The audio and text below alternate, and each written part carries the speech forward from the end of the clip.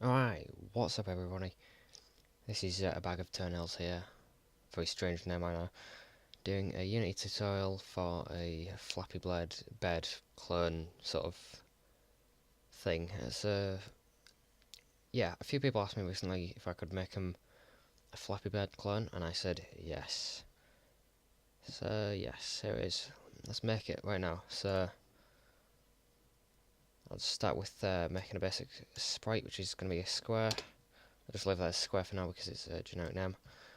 And let's just set the position of that for 0. So, nope. First of all, let's just go into Physics 2D, give it a box collider 2D and also a rigid body 2D, so now it can fall. So when you press play, come on, yes, it will fall.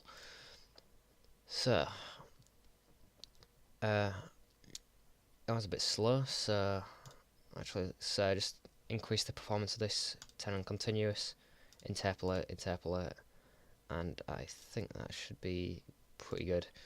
No need to go in there. So if we set the mass to about 4 now. It's alright. Yes, so that is sort of how to get into it. So now let's make a script to make the character jump. So if I just quit, I'll call this bed control. Let's go in there. It's open in Visual Studio now. If you don't have Visual Studio, it'll probably open Monodevelop, which comes with Unity by default. So yeah, let's get rid of those. So let's start with just the bear class here. So as you can see, it creates a generic class, had an update and start function in it. Let's just start from the very beginning. So as you can see, it extends from the class mono behavior, which is shown by this colon here, and you can also see that it's using the Unity engine. So this is essential to be able to use anything that Unity has to offer, such as rigid body, colliders, etc. Okay, so let's get right into this. So first of all, let's just create a void to update the script, and also let's just create a rigid body reference here. So rigid body RB. Let's actually just create a start function as well. So let's set RB to get component rigid body 2D, and let's actually just set that to 2D as well, because Unity cannot differentiate between the two. So what this does is it gets the component on the game object that this script is on, of type rigid body. So for example, let's just go back into Unity. If I take this square and I drag this script on it, this game object, which is this square, which I'll just call bird, when the script runs, it will get the rigid body 2D component off it, which is this, and it will use that in there. So that's awesome. Okay, so now what we can do is let's do a keyboard test. So if key input dot, let's do get key down, because we only want to do this once. So let's just do keycode dot space for now.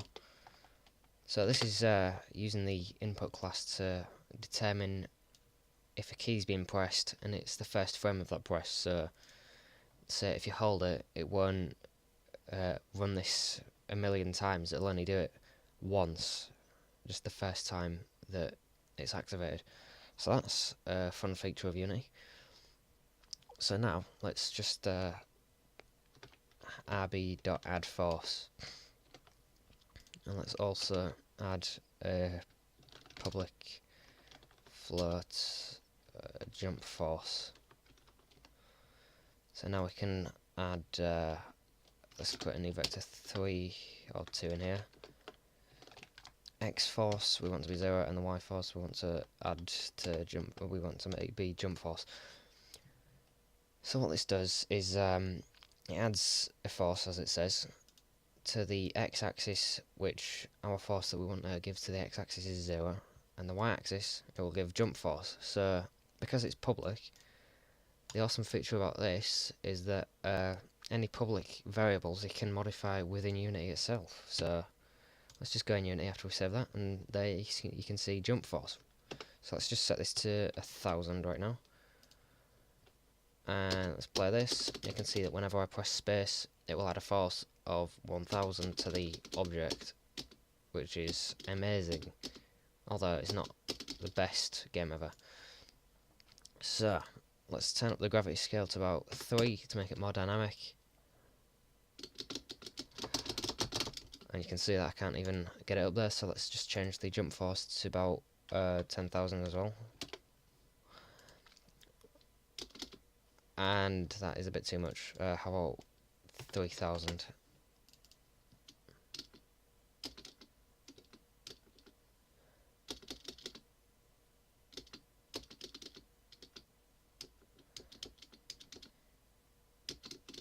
Okay, so you can see it sort of works. It needs a bit of fine tuning, so let's go 2,500 for now.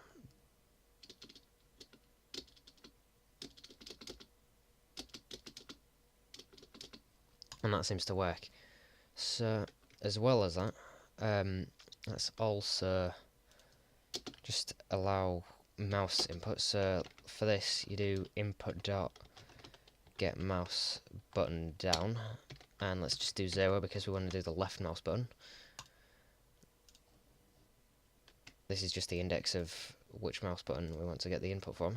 So if we play this now, you can see that that doesn't work. And why is that? And let's just do or, so that's shift and backslash, and just twice because that's the syntax of C#. So now you can see that the mouse jumps this. So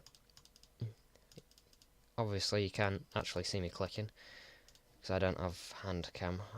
The thing about this is that if it's going upwards, it will continue to go upwards if you click it, and it'll go actually faster than it was before. So instead of doing this, let's just set rb.velocity to a new vector 3 or vector 2 if I can spell, 0, and jump force. So we'll need to modify that because that's in meters per second, not newtons as it was before. So let's just set that to 2.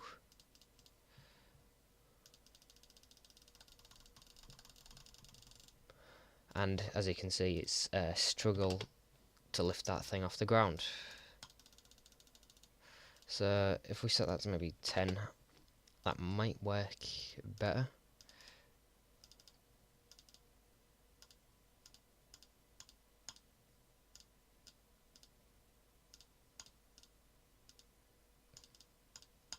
So yeah, that's pretty good. Okay, so that is the foundation of our Flappy Bird program. So another thing that I'd just like to do is move this to the left of the screen like it is in actual Flappy Bird. So let's just do -5.5 on there. We can adjust that later for better quality in different viewports in a later tutorial. But for now, that's sort of pretty good. You know, you got the jump and you got the yeah, that's pretty much it, actually. So yeah, please be sure to indulge in a bag of toenails as you leave. So that is all from a bag of toenails for today. See you all later.